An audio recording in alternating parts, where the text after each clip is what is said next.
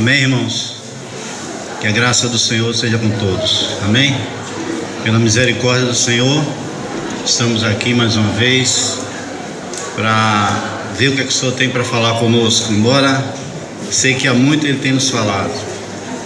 Às vezes só em olhar para um irmão, para uma irmã, o Senhor fala muito conosco. Amém? Tem irmãos que nem precisa abrir a boca para nos transmitir uma mensagem. E o Senhor nos fala o tempo todo. Amém? Gostaria de pedir mais um tempinho de oração para que o Senhor nos socorra, nos ajude, porque não é fácil. Quem vem aqui sabe que não é fácil. Senhor Jesus, obrigado pela Tua presença. Obrigado pelo Teu amor, Senhor, que é demonstrado a todo instante, Senhor. Obrigado pela vida de cada irmão aqui, de cada irmã. Obrigado pela vida de cada criança aqui, de cada jovem, de cada adolescente. Obrigado porque o Senhor sempre tem prevalecido, Senhor. E o Senhor sempre vai prevalecer. O Senhor prevaleça sobre nossas vidas, sobre nossas famílias, sobre todo o nosso ser, Senhor. Sobre nossas lutas, sobre nossas angústias, nossas dúvidas, Senhor, nossas debilidades. Prevaleça, Senhor, porque a Ti pertence a vitória, Senhor. Aleluia, Jesus. Amém, irmãos? Irmãos, eu tenho um pequeno assunto. Eu não sei até onde o Senhor vai nos permitir falar. Eu não tenho um tempo preciso. Pode ser 20 minutos, meia hora, uma hora, talvez 2 horas não passe. De algo assim que está no meu coração há um tempo, que outro dia eu fui compartilhar até com os irmãos em uma localidade, e isso eu tenho expressado às vezes em reuniões pequenas, de algo que o Senhor incumbiu a cada um de nós, irmãos. Um ministério que o Senhor nos deu, mas é um ministério que não aparece, porque a impressão que se tem é que é um ministério, é um serviço secreto, que Deus quer que a gente faça esse serviço secreto. É algo que o Senhor tem chamado a todos nós para esse ministério, mas que, a começar pela pessoa que fala, temos negligenciado esse ministério.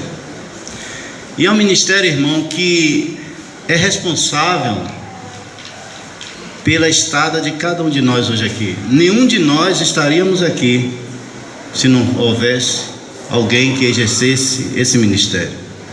É um ministério que foi dado à igreja, e todos nós aqui somos parte da igreja, que é justamente o ministério de intercessão. É um ministério que não aparece, porque o intercessor não aparece. O intercessor, ele se isola, ele tem um ponto de encontro em um lugar secreto com o Senhor, para ali ele fazer uma ligação entre o céu e a terra, entre a terra e o céu. Irmão, tem muita coisa que acontece porque o intercessor ora, e tem muita coisa que deixa de acontecer porque o intercessor ora, e tem muita coisa que acontece porque o intercessor não ora, e tem muita coisa que deixa de acontecer porque o intercessor não ora. E esse ministério foi dado a cada crente aqui, a cada pessoa, do maior ao menor. E nós temos na Bíblia vários exemplos de intercessão. Nós temos na Bíblia homens e mulheres que intercederam diante do Senhor por uma causa, por um reino, por uma pessoa, por uma vida. A Bíblia, ela é cheia de intercessores. Amém? E eu gostaria de estar lendo uns versículos para que a gente tenha uma ideia bíblica sobre esse ministério que o Senhor deu a cada um de nós. Êxodo 28, vamos estar lendo Êxodo 28, até porque Pedro ele nos diz que todos nós somos sacerdotes. Todos nós temos esse ministério de sacerdote, e o sacerdote ele não fazia outra coisa a não ser interceder pelo povo. Então esse ministério é seu também. Vamos ver Êxodo 28,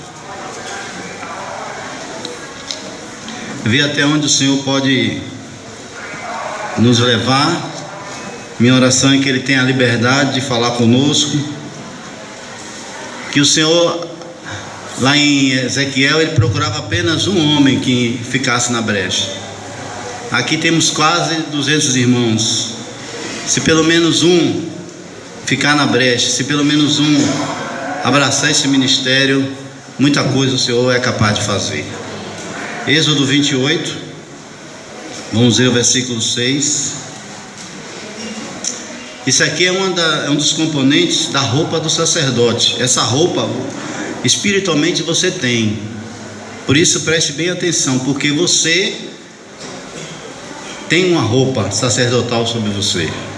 E você precisa saber o que é que essa roupa ela compõe. Diz o versículo 6: farão o colete sacerdotal, bordado artisticamente com fios de ouro sobre linho fino, trançado, e fios de tecido azul celeste, púrpura, escarlate e carmesim. Agora vamos para Deuteronômio 22:11. Deuteronômio na frente, 22:11.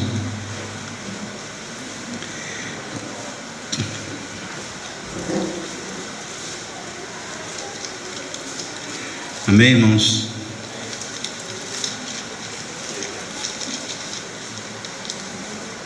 Versículo 11: também não usarás roupa com fios de lã e de linho misturado no mesmo tecido. Esse versículo ele é curioso, porque Deus ele manda dizer aqui que não é para usar esses dois tipos de tecido na mesma roupa.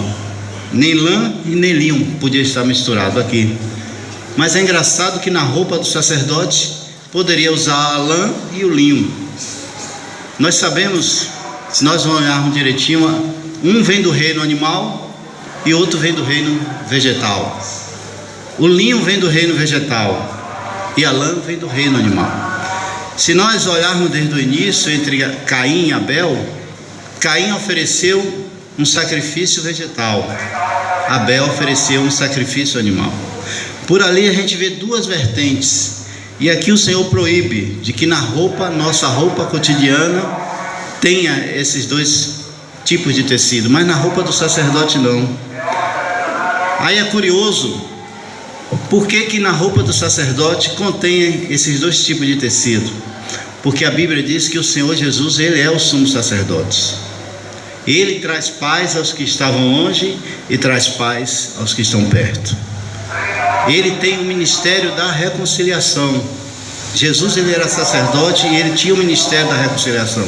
Por isso que o sacerdote ele tem essa roupa que contém o lã e o linho. Esses dois reinos no Senhor se formam um. Muitos de nós aqui viemos de longe, outros vieram de perto, mas esse sacerdote, todos nós, como eu disse, é resultado de uma obra intercessória do Senhor Jesus. Nós podemos ler em João, quando ele intercedeu por nós, que ele disse: eu não só oro por esses, mas oro também pelos os que hão de crer em mim através desses aqui. Então o Senhor trouxe paz, ele como um sumo sacerdote, ele trouxe paz. Agora eu queria ver também com os irmãos alguns dos ingredientes que o sacerdote usava na casa de Deus. Em Êxodo 27, alguns dos incensos, dos ingredientes dos incensos que era usado na casa de Deus, e que de certo modo esses ingredientes ele deve constar na nossa vida. Amém, irmãos? Êxodo, deixa eu procurar aqui. Isso, Êxodo 27, versículo 20.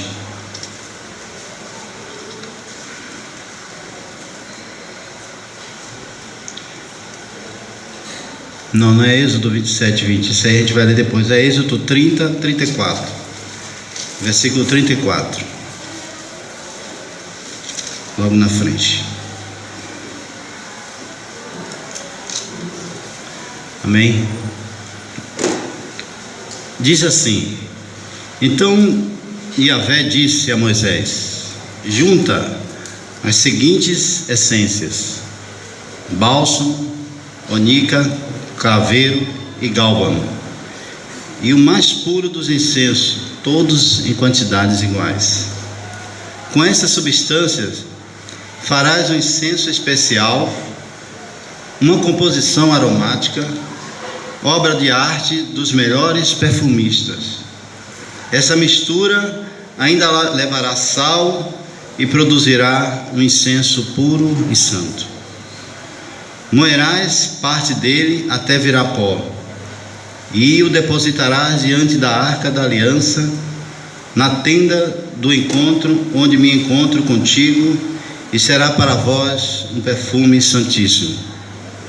Não farás para vós nenhum outro incenso de composição ou perfume semelhantes para uso pessoal ou coletivo. Considerai esse incenso sagrado, reservado para uso exclusivo na adoração ao Senhor.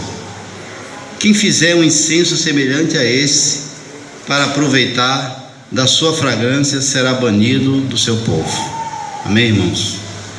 Então eu queria ver com os irmãos aqui de uma maneira um pouco até panorâmica e rápida, esses ingredientes que faziam parte do incenso. Nós sabemos que o incenso, ela é a oração dos santos. Sabemos que quando nós oramos, o Espírito Santo ele leva essa oração como um incenso, que é agradável diante de Deus. Quando nós oramos, o Espírito Santo pega isso e coloca lá diante de Deus, e isso tem um frescor divino diante do Senhor. E aqui há uns componentes que a gente teria que perceber que o Senhor, o Espírito Santo, quer colocar na nossa vida. Aqui fala de um componente chamado bálsamo. O bálsamo, ele é, de certo modo, um produto que ele traz calma. O bálsamo, ele traz cura. Se você estudar sobre o bálsamo, você vai ver que ele tem substância cicatrizante, ele tem substância calma, ele tem substância que traz ao lugar uma suavidade muito grande. E quando nós, irmãos, colocamos diante de Deus a nossa vida como esse bálsamo, nós vamos exalar ao lugar que nós chegarmos um frescor de Cristo. O lugar que nós chegarmos, onde houver uma ferida, o Espírito Santo vai usar a nossa vida para tapar aquela ferida. Onde houver discórdia, o Espírito Santo vai usar a nossa vida para que haja paz naquele lugar. O Espírito Santo, ele quer colocar em nós esses ingredientes, que é justamente os ingredientes que compõem a vida de uma pessoa que vive diante de Deus, que vive intercedendo. Tem uma outra substância também aqui chamada onica, que era uma concha que saía de um molusco que era pego nas profundezas das águas. Para conseguir aquela concha, tinha que ir nas profundezas das águas, e era pega aquela concha, e ela era também moída, e quando ela colocada no fogo, ela também exalava um bom perfume. Isso mostra, irmãos, que a nossa vida com o Senhor de intercessão, ela tem que ir a águas profundas. O Senhor quer nos levar a experiências profundas com Ele. Quando nós nos colocamos diante do Senhor, buscando o Senhor em oração, exercendo esse ministério, Deus vai te revelar coisas muito profundas. Ele vai te mostrar coisas grandes e firmes que nós não sabíamos. E isso deve ser um dos componentes também da nossa vida, essa onica. Aqui também fala de um estorraque, que é o craveiro. Esse craveiro, ele era um arbusto que exalava um perfume espontâneo. Ele tinha espontaneidade. Nós temos que ter na nossa vida essa espontaneidade do craveiro. Você chegava e já sentia o perfume dele. É uma planta que quando você chega perto, você já sente o perfume. E é isso que o Espírito Santo quer fazer com a nossa vida, nos adornar de um jeito, de uma fragrância tão preciosa, que as pessoas percebam que você exala um perfume diferente. Esse mundo é mal cheiroso, a sociedade é mal cheirosa, o mundo tem se corrompido, e nós temos a fragrância do Espírito Santo. E o Senhor quer isso, quer te usar, quer te colocar para perfumar os ambientes, para perfumar a sua casa, para perfumar a sua família, para perfumar a sociedade. A sociedade está se corrompendo, a sociedade ela é mal cheirosa, e nós temos que exalar um perfume espontâneo de Cristo. O Senhor quer trabalhar a tal ponto na nossa vida que não precisa nem, muitas vezes, você abrir sua boca para dar um testemunho, para falar de Jesus, que as pessoas vão perceber um perfume diferente em você. Perfume é algo que quando você usa, você passa e as pessoas sentem. Você não precisa falar que você está usando aquele perfume, porque as pessoas sentem. Muitas vezes não precisamos falar que somos crentes, não precisamos abrir a boca para pregar, as pessoas até percebem que nós somos crentes, porque exalamos um bom perfume de Cristo. Amém, irmãos? Um outro componente também que faz parte, que chama aqui o gálbano, que era uma resina que ele usava como fixar. Em um determinado tempo, Jorginho até falou sobre esse gálbano. Só que ele também era uma planta que, quando ela era ferida, ela exalava esse líquido, e esse líquido saiu um cheiro. Mas note que aqui tem um ingrediente que ele já tem um perfume espontâneo. Só que aqui, esse craveiro aqui, é um ingrediente que, para você obter o perfume dele, ele precisa ser ferido.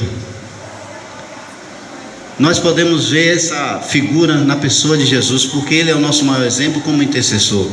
Jesus, quando estava na cruz, irmãos, ele estava ferido, mas mesmo na cruz ele intercedeu. Mesmo na cruz ele exalou um perfume de perdão. Eu às vezes sempre falo isso, o que acontece conosco quando nós somos feridos.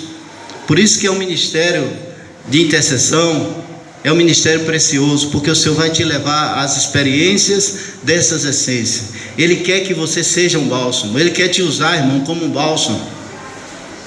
Ele quer te usar para que você traga reconciliação a lugares, Ele quer te usar para que você traga cura aonde você for. O Senhor quer te usar também, mesmo no momento que você for decepcionado, for ferido, você exale assim o bom perfume de Cristo. Jesus, quando ele estava morrendo na cruz, ele foi capaz de dizer: Pai, perdoai-lhes, porque não sabe o que faz. Ele ali exerceu o ministério de intercessão. Ele, quando foi ferido, ele exalou o perfume do perdão. É preciso pensar qual é o perfume que sai de nós, do nosso ser, quando nós somos feridos. Se é um perfume se é um cheiro de ressentimento, se é um cheiro de ódio, se é um cheiro de divisão, se é um cheiro de desprezo, dizer: eu não vou mais na casa daquele irmão porque ele muito me ofendeu. Mas o Senhor tem nos chamado, irmãos, para ter essas qualidades. E nós podemos olhar na Bíblia vários homens que foram exemplo de intercessão. Nós, quando lemos a história da restauração dos muros, a história da restauração dos muros de Jerusalém, irmãos, ela começou com alguém que orou e intercedeu. Nós podemos ver dois homens que oraram e intercederam pela restauração dos muros, Daniel e Neemias. Neemias não começou sem intercessão. Eu queria, irmãos, também citar um exemplo aqui de um homem. Como eu falei, às vezes o Senhor vai nos levar a experiências profundas para que a gente aprenda esse ministério. Eu queria falar rapidamente de um homem que é na Bíblia um dos maiores exemplos de intercessão. Esse homem, ele teve uma transformação muito grande no seu ser, e ele um dia intercedeu pelo seu próprio irmão. Eu queria que os irmãos fossem comigo a Gênesis capítulo 37. Queria falar rapidamente desse irmão, que é um dos maiores exemplos de convenção da Bíblia. Um homem que mudou drasticamente, mas como a única, Deus levou ele a águas profundas, águas dolorosas. Gênesis 37, versículo 26 a 37. Vamos estar pulando por causa do tempo. Então sugeriu Judá a seus irmãos: de que nos aproveita matar nosso irmão e escondermos seu sangue? Isso foi Judá falando. Versículo 37. Não, versículo Versículo 31. Então lhes degolaram um bode, ensoparam de sangue a túnica de José, e em seguida mandaram entregar ao pai com este recado: eis que encontramos, vê se é ou não a túnica de teu filho.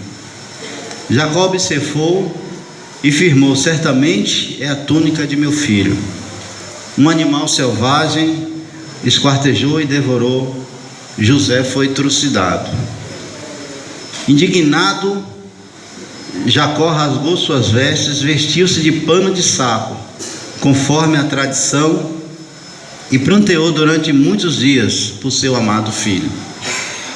Todos os seus filhos e filhas se achegaram para oferecer-lhe consolo, contudo ele recusou toda e qualquer consolação e declarou: não é em luto que descerei ao Seol para me encontrar com meu filho. E continuou a chorar a perda de seu filho José. Essa história aqui, irmãos, nós conhecemos. José era um dos filhos de Jacó e era talvez o filho mais querido. E Jacó cercava ele de todos os cuidados, colocava uma roupa para diferenciar dos outros. E um dia a inveja subiu ao coração dos irmãos de José e pretenderam matar José. Mas Judá, ele de certo modo disse: não, nós não vamos ganhar nada em matar nosso irmão. Vamos deixar ele aqui, vamos pegar a túnica dele, despedaçar, matar um animal, melar com sangue e entregar a Jacó, nosso pai. Você percebe aí o nível de crueldade. Se Jacó, o coração de Jacó era ligado muito ao coração de José. E ele, quando chegou e mostrou ao pai: veja aí de quem é essa túnica. Irmãos, você imagine o desespero de um pai, saber que talvez ele não fosse nem enterrar, nem o corpo ele tivesse do filho, saber que o filho foi trucidado. Você perceba aí a crueldade do coração de Judá. Judá, ele não, em momento nenhum ele pensou no pai dele. Em momento nenhum Judá pensou assim: meu pai vai ter um infarto e pode morrer com a notícia dessa. Em momento nenhum. Ele não ligou para o sentimento do pai dele. E ele foi e deu aquela triste notícia.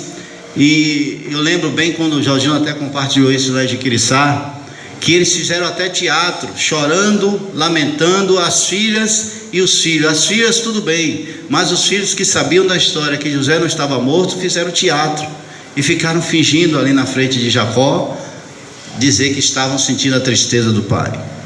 Mas aí, irmãos, se você for por capítulo 38, se você ler o capítulo 38, Deus vai fazer com que Judá conheça a dor terrível de perder um filho. Se você em casa, eu não vou ler porque o tempo não permite, mas se você em casa ler o capítulo 38, começa a contar a história de Judá. O Espírito Santo começa agora a escrever uma história na vida de Judá. E Judá, ele desce, ele casa, e ele tem 2 filhos. Ele casa o seu primeiro filho. Só que esse primeiro filho, ele é um rapaz ruim, maligno, é um homem mau, e o Senhor mata o filho de Judá. O que acontece com isso? O que você percebe com isso? Judá agora sabe, irmão, o que é perder um filho. Judá agora ele sabia a dor que o pai agora estava passando, o que o pai passou. Porque Jacó não tirava José da lembrança. Talvez todos os dias ele lembrasse do seu filho, só que agora Judá sabe o que é perder um filho. Só que o primeiro filho de Judá morre e não tem filho. Aí Judá chega para o segundo filho e diz: olha, seu irmão morreu e não gerou filhos, cabe você agora se casar com sua cunhada para que gere filho. E aí acontece que ele, toda vez que ia ter relação com a cunhada, ele deixava o sêmen ser derramado no chão para não engravidar a cunhada. Pelo que isso foi mal aos olhos de Deus, pelo que o Senhor também o matou. Judá agora conhece de novo a dor de perder 2 filhos. Amém, irmãos? Às vezes nós fazemos coisas e pensamos que o Senhor não vai cobrar. Às vezes nós agimos e ignoramos a dor que provocamos para outro. Quantos filhos não percebem, não imaginam a dor que provoca para seu pai, para sua mãe, não sabendo ele que o Senhor vai cobrar? E para todos nós a conta chega, principalmente nós, irmãos, que temos a nossa vida controlada pelo Senhor, pelo Espírito Santo. Um dia a conta chega. Se você estiver devendo, se você tiver culpa no cartório, a conta chega. Não é que o Senhor não perdoe, não. O Senhor perdoa, mas não é inocente. A conta chega. E um dia a conta chegou para Judá aqui, irmãos. Judá perdeu 2 filhos.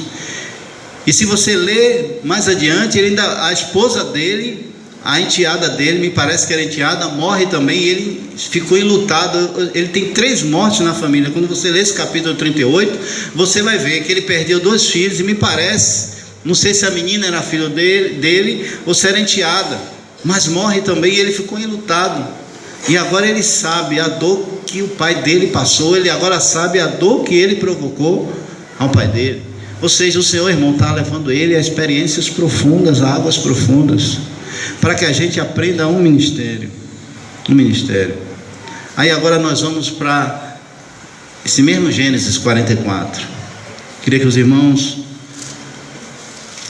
fossem até Gênesis 44. Nós conhecemos a história. Houve uma seca muito grande na terra, e os filhos de Jacó precisou ir para o Egito comprar trigo. E José estava no Egito, ele era governador do Egito. No capítulo 44, 32 diz: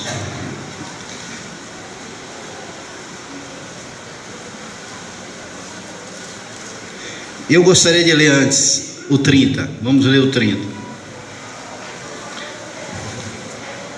Não é brincadeira não, vamos ler o 28 para poder a gente ter uma visão melhor.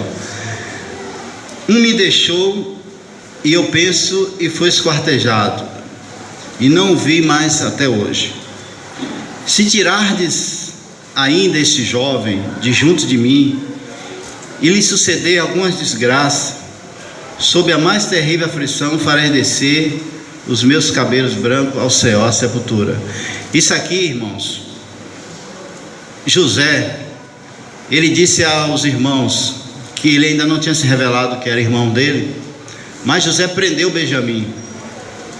José colocou a sua taça dentro do saco de Benjamim, e ele disse assim: aquele que tiver a minha taça dentro da saca, esse vai ser preso. E ele fez isso para saber até onde ia o coração dos seus irmãos. E aí essa taça foi encontrada dentro da saca de Benjamim.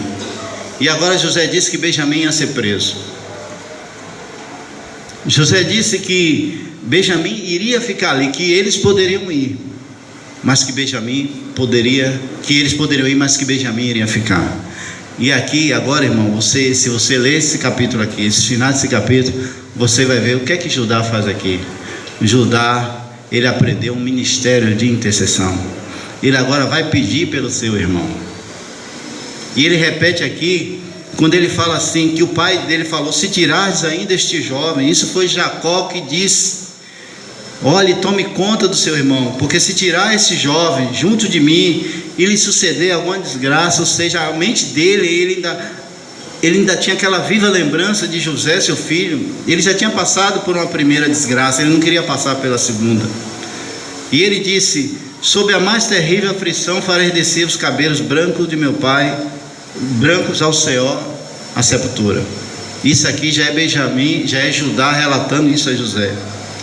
Agora, portanto, versículo 30, agora, portanto, se eu chego à casa de teu servo, meu pai, sem que esse esteja comigo, o rapaz cuja alma está ligada a dele, toda a afeição de Jacó agora foi transferida para Benjamim. Isso é Judá relatando a José. Logo que vê que o jovem não está conosco, ele certamente morrerá.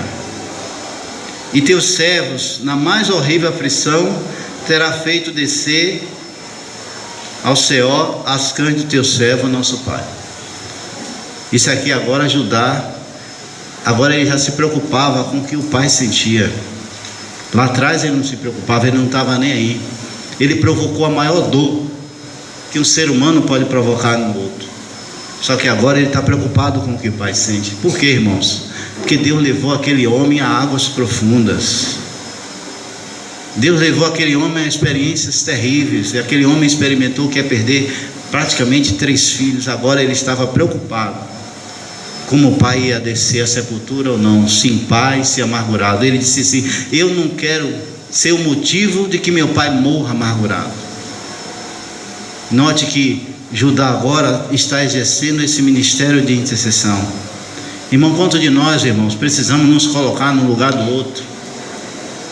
Quanto de nós, irmão, precisamos sentir a dor que talvez uma família está sentindo? Não devemos esperar a gente ter uma experiência ruim, triste, dura, profunda, para que a gente tenha esse sentimento de se colocar no lugar do outro. Judá agora, irmão, se coloca no lugar de José, seu irmão, de Benjamim, seu irmão. Diz no verso 32: e teu servo tornou-se responsável pelo menino. José, quando foi vendido, talvez fosse um menino também. E agora a lembrança vem na mente de Judá. E teu servo tornou-se responsável pelo menino junto de meu pai. Irmãos, o intercessor, ele tem que chegar diante de Deus. Eu tenho que chegar diante de Deus e dizer: Senhor, eu sou responsável pelos meus irmãos. Eu também sou responsável pelo que o irmão está passando. Eu sou responsável por que aquela família está passando. Irmão, nós somos responsáveis um pelo outro. Nós não estamos desconectados não, irmão, nós estamos ligados. Nós precisamos realmente estar diante de nosso Pai, intercedendo um pelo outro, se sentindo responsável um pelo outro. Irmão, se sentindo responsável pela família do nosso irmão, pelos filhos do nosso irmão. Nós não estamos desconectados não, irmão, nós estamos ligados. Olha o que Judá diz aqui: eu sou responsável pelo menino. O que é que o Senhor vai precisar fazer na minha vida, irmão, e na sua vida, para que a gente caia em si e perceba que a gente é responsável um pelo outro? Nós somos ligados, irmão, pelo sangue de Cristo.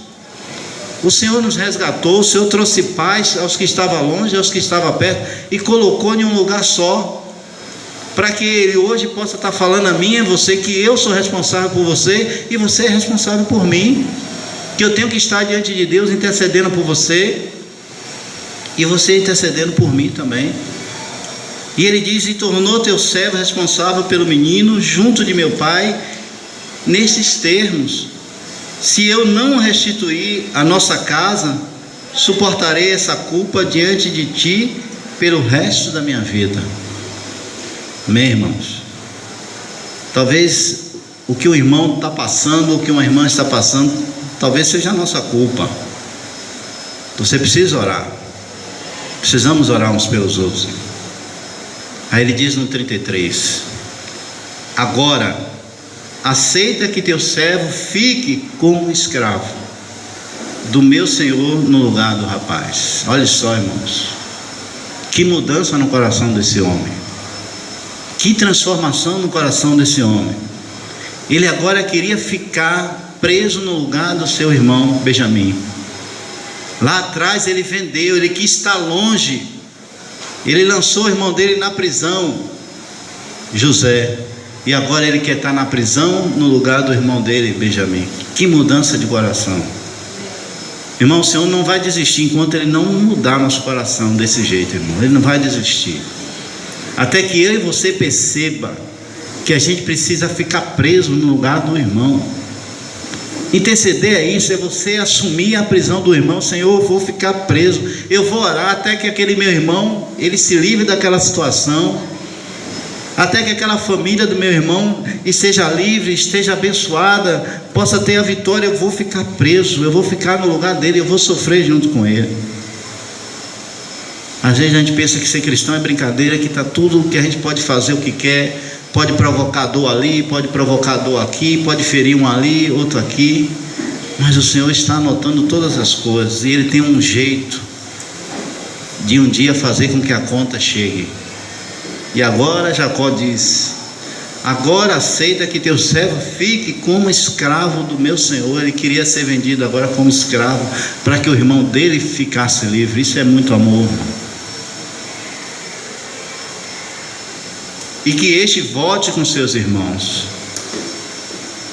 Como poderia eu retornar à casa de meu pai, sem ter comigo o jovem? É isso que o Senhor quer colocar no meu coração, irmão, e no seu coração. Não chegue a lugar nenhum sem os irmãos. Não queira chegar a lugar nenhum sem os irmãos. Senhor, eu não quero ir a lugar nenhum sem Marcelo, sem Décio, sem Carlos, sem Rogério, sem ele. Senhor, eu quero ir com os irmãos. Eu não quero chegar a lugar nenhum. O que é que o Senhor vai precisar fazer na minha vida e na sua vida, para que você entenda isso? Que você não pode chegar a lugar nenhum sozinho sem seu irmão. Note isso, irmão. A mudança, esse homem aqui se tornou um intercessor. Ele agora estava intercedendo. Tem uma passagem que é muito dura em João, que ele diz assim: quem ama dá o quê pelo seu irmão? A vida. Irmãos, para a gente dar a vida, nós não damos a vida porque não temos relacionamento. Quando temos relacionamento, quando temos convivência, vamos amando, e o amor ele vai chegando a um nível tal que a gente é capaz de dar a vida um pelo outro. Você não ama, você não dá a vida a quem você não conhece. E para você dar a vida, você precisa conhecer. Para você amar, você precisa se relacionar. Só que aqui, Judá, ele conviveu. Ele viu Benjamim crescer. Ele tinha uma convivência. Nós já temos essa convivência.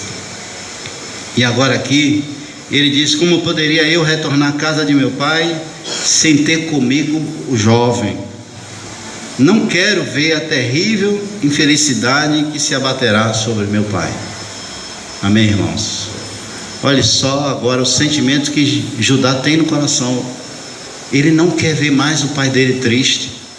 Ele não quer mais ser a causa de infelicidade do pai dele, como um dia ele já foi. Irmãos, o Senhor, vamos dizer aqui que o Senhor é como se fosse Jacó aqui. Quantos de nós, irmãos, temos entristecido ao Senhor, porque é muito mais fácil nós falarmos dos nossos irmãos do que orarmos por ele. Isso entristece o coração do Senhor. É muito mais fácil a gente apontar um erro de um irmão como se nós fôssemos melhor do que estarmos orando pelo irmão. Às vezes o irmão está preso há anos, irmão, em uma cadeia, e quando você, irmão, se coloca diante do Senhor para orar por aquele irmão, você está se prendendo por ele. Senhor, eu só vou deixar de orar depois que eu ver meu irmão livre e liberto.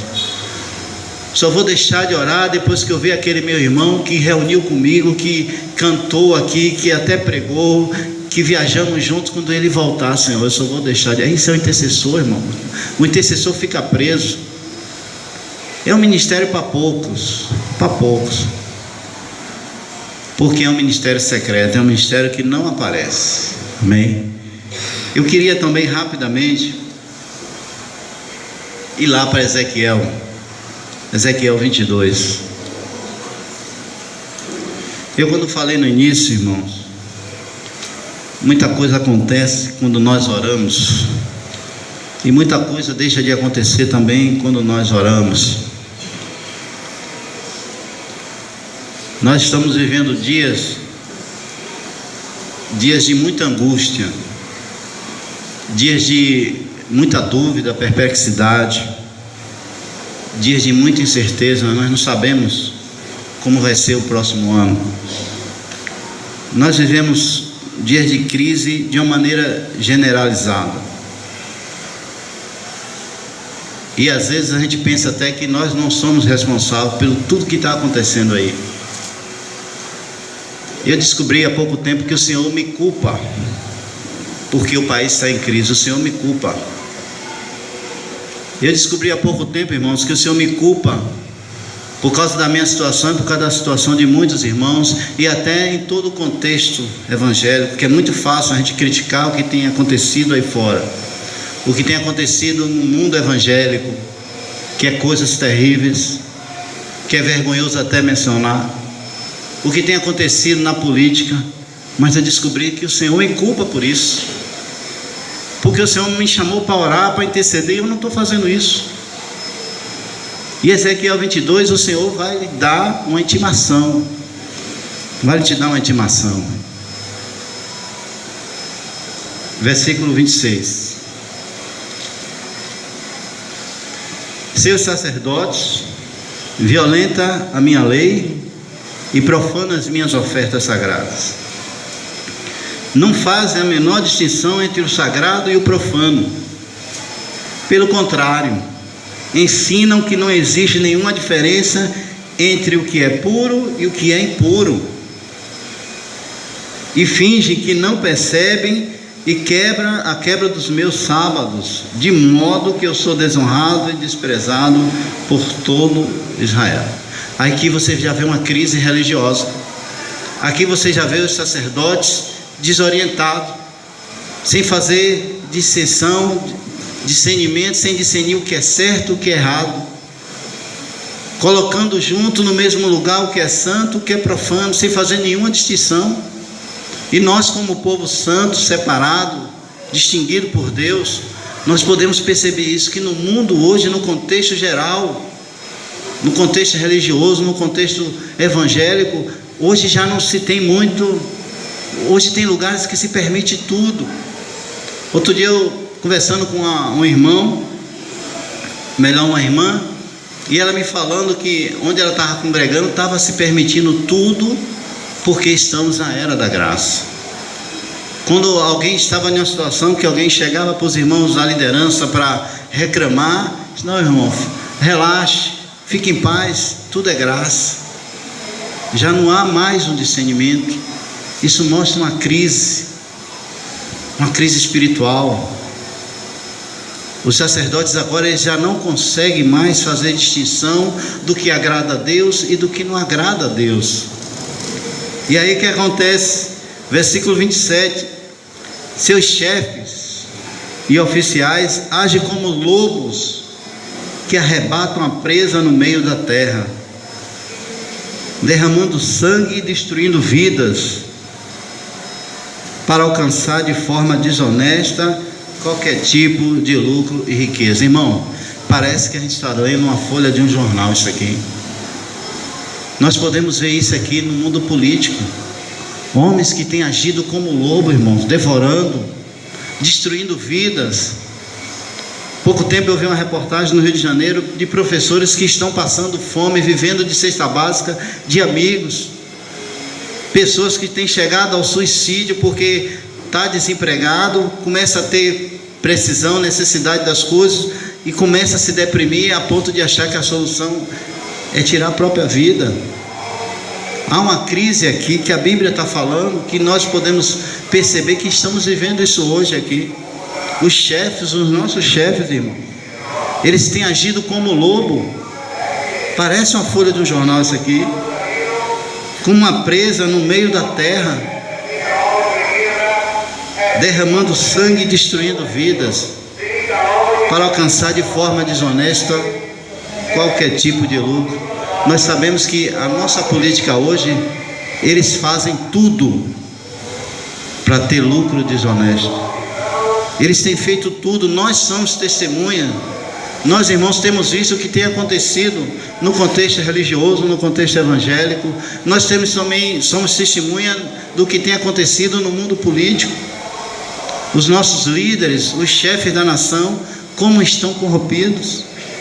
E o que é pior, aqueles que deveriam servir para estar alertando, para estar colocando equilíbrio, seria no versículo 28, seus profetas fazem como reboco de argamassa, branco e fraco, e disfarçam suas práticas ignóbeis, enganando o povo com visões falsas e adivinhações fraudulentas. Chega ao ponto de afirmarem: assim diz o soberano Senhor, quando Yahvé não falou absolutamente nada com eles. Quantos pregadores aí, irmãos, tem falado que Deus não mandou ele falar? Quantos homens que se dizem homem de Deus, que se dizem apóstolos e não são, tem dito: eu tive visões, Deus mandou dizer isso, quando Deus não falou absolutamente nada. enganando o povo, enganando multidões. Aí a gente pode se colocar numa posição assim de criticar esses sacerdotes, esses chefes religiosos.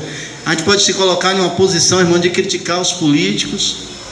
A gente pode também se colocar numa posição de criticar esses irmãos que têm pregado. Outro dia me mandaram para mim um áudio de uma irmã que se dizia que era profeta e que Deus usava ela e o grupo dela para revelar as coisas e tal. E ela fazia pacote de oração. Se você quisesse 3 orações era R$500, mas se você quisesse a oração dela mais do apóstolo e do bispo não sei quem, fazia um pacote, chegava fazendo coisas que é terrível, que não dá nem assim para a gente acreditar que isso hoje seja possível. Se cobrando, fazendo até pacote de oração. São profetas que estão falando coisas que Deus não falou, que estão dizendo que viu coisas que Deus não viu. E nesse contexto todo é muito fácil, irmãos, a gente querer criticar, mas Deus, irmãos, Ele quer que a gente proteste. E o crente, ele faz protesto no céu. Às vezes lá no grupo eu até brinco: vamos queimar pneu no céu, irmãos. Vamos bater panela no céu, irmão. Vamos chamar a atenção de Deus, irmão, porque Deus lhe entregou esse ministério de você orar pelas autoridades, irmãos. Deus lhe entregou esse ministério para que você ore pelos pregadores, pelos profetas, e que se algum deles, irmãos, tem agido de uma maneira enganosa, o Senhor possa reverter e fazer com que eles preguem a palavra, o verdadeiro evangelho. Que Deus restaure os sacerdotes e o sacerdócio na sua casa. Deus lhe entregou esse ministério. Nós não somos o povo, irmão, que vai para a rua queimar pneu, bater panela, protestar nas ruas. Nós somos o povo que Deus está dizendo a mim e a você: proteste no céu. Vá no céu, toque fogo em pneu lá no céu, chame a atenção do Senhor para o que está acontecendo na nossa sociedade, na nossa família, no meio político. É isso que o Senhor quer de mim e você, é isso que Ele cobra. Agora vamos para o verso 29, irmãos, para estar encerrando. O povo da terra tem agido com opressão. Aí agora falou-se dos sacerdotes, falou-se dos políticos, falou dos profetas, agora está falando do povo. O povo da terra está agindo com opressão, roubando e praticando todo tipo de brutalidade. Nós não temos isso, não estamos vendo isso hoje, irmão? Temos visto ou não o povo da terra roubando? Basta ter uma greve de polícia que o próprio povo entra nas lojas e rouba.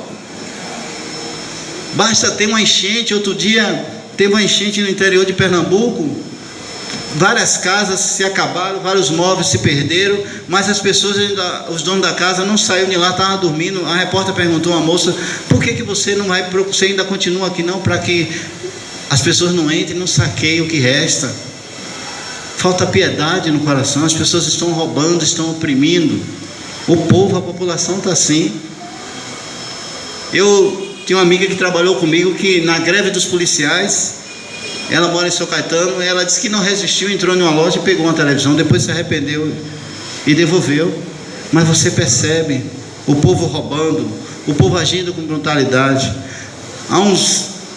Talvez há um ano e pouco atrás, uma irmã nossa em Cristo foi assassinada brutalmente, porque uma mulher tinha cometido um crime contra a criança e foi feito um retrato falado dela. E aí um dia essa mulher foi passando e alguém achou que era ela, e essa mulher foi arrastada, passou na televisão, ela foi arrastada, trucidaram a mulher, e era uma irmã, o marido dela chorando. Minha esposa, ela ia trabalhar, uma serva de Deus. Você vê a brutalidade, o povo agindo com violência. Esse é nossos dias, irmão, o povo agindo assim. Esse é o coração do povo. Violência contra o pobre, pobre roubando pobre, pobre roubando pobre. Eu moro em um lugar pobre, mas se eu der vacilo com um tênis lá, nego me rouba.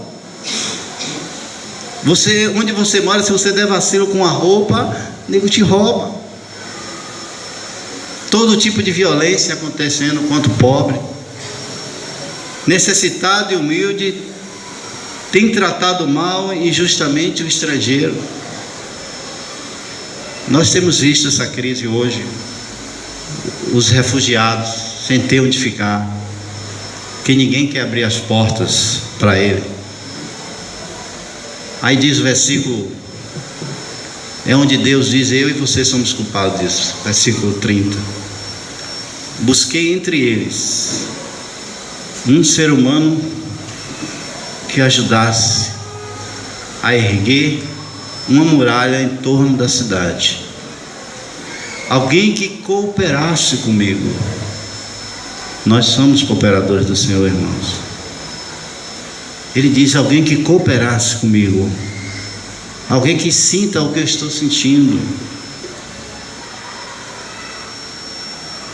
para evitar que o muro todo ruísse, que se prontificasse a ficar na brecha diante de mim em favor desta terra. Deus coloca na minha mão e na sua uma responsabilidade muito grande, irmãos. O único que vai poder mudar isso é eu e você, irmãos. Não espere mudança no sistema político, no sistema religioso. Não espere mudança. Às vezes achamos que se colocarmos um pastor na presidência vai mudar tudo. Irmão, a mudança acontece quando nós oramos. O irmão intercessor é aquele que pega a mão de Deus e move sobre os quatro cantos da terra, irmão. Irmão, esse ministério é um ministério gigantesco, é um ministério preciosíssimo. Você, quando ora, você faz com que a mão de Deus chegue onde a minha e a sua não pode chegar, mas a dele chega, irmão. Ele pode ir lá, meu irmão, e mudar o coração do rei, para que ele crie projetos justos. Ele pode ir lá, irmão, e encher do Espírito Santo os pregadores, porque eu e você estamos orando. Você e eu, irmão, somos os únicos agentes de mudança que Deus conhece. Deus quer que a gente coopere com Ele. Deus quer fazer, mas Ele não quer fazer sozinho. Quando Jesus entrou em Naim, irmão, Ele só ressuscitou o filho dela porque a mulher chorava. As lágrimas dela eram uma intercessão, e Ele, naquele monte de choro, Ele viu um choro especial, um choro de mãe. E Ele percebeu que ali tinha um choro mais dolorido, um choro mais choroso. Aquelas lágrimas não eram nada mais do que a intercessão daquela mulher gritando por alguém que ressuscitasse o filho dela. Um dia um homem foi até Cristo e pediu que curasse o seu filho, porque o maligno lançava ele no fogo e na água. Aquele homem foi interceder pelo seu filho. A Bíblia é cheia de história de intercessão, irmão. E o intercessor é aquele que vai na pessoa certa, que vai até o Senhor e pedir que o Senhor faça aquilo que ninguém pode fazer, irmão. O homem, ele entra em situação que ele não tem como sair. É igual criança. Quando nós éramos crianças, às vezes o pai dizia: cuidado aí, é o buraco. Eu já caí em buraco que para eu sair meu pai teve que me ajudar. Eu soube entrar no buraco, mas não soube sair. Somos assim até hoje. A humanidade entrou em um buraco, em uma situação, o nosso país entrou em uma situação que não tem como sair, mas nós sabemos que o nosso Deus tem uma mão poderosa de resgatar. Precisamos orar pelas almas, irmãos. A Bíblia é cheia de pedido de oração. Precisamos interceder pelas almas. Nesse instante que nós estamos aqui, muitos têm descido à sepultura sem conhecer o Senhor Jesus. Precisamos orar pelas almas. Precisamos orar pelos que estão encarcerados.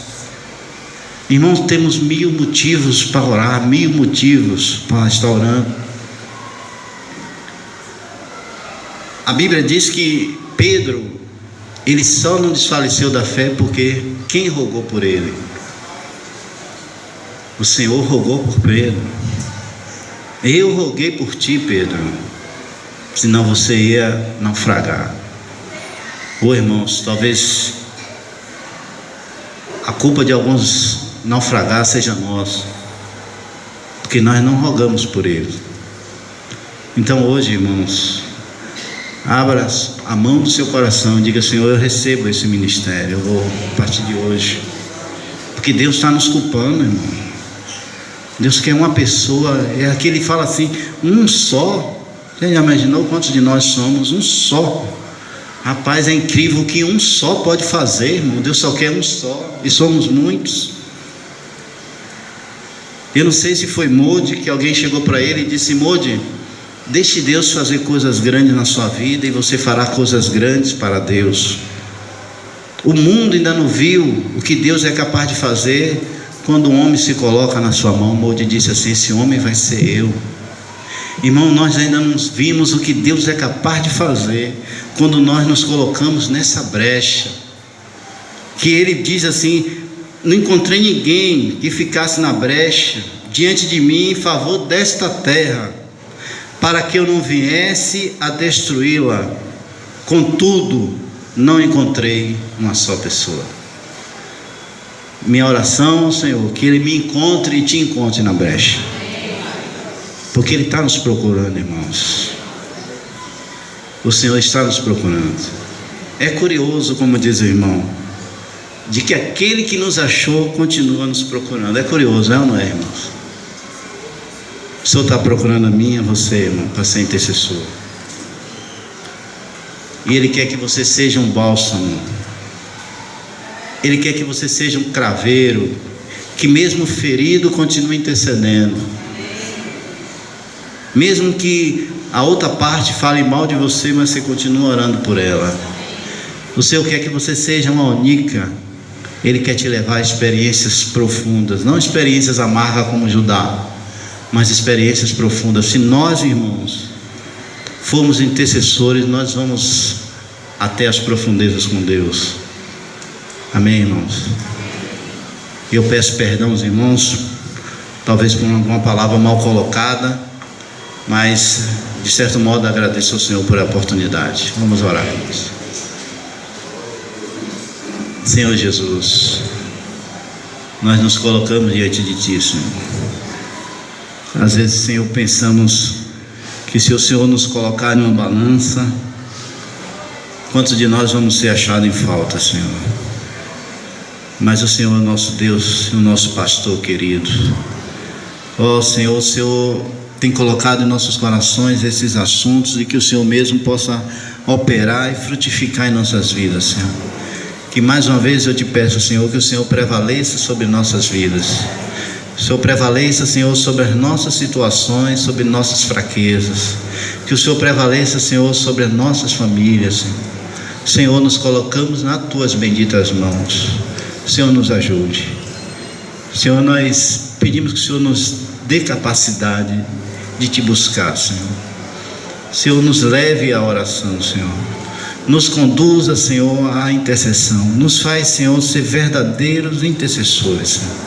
Oh Jesus, muito obrigado pela Tua graça, Senhor, pela vida de cada irmão aqui, Senhor. Meu Deus, como cada irmão é precioso diante de Ti.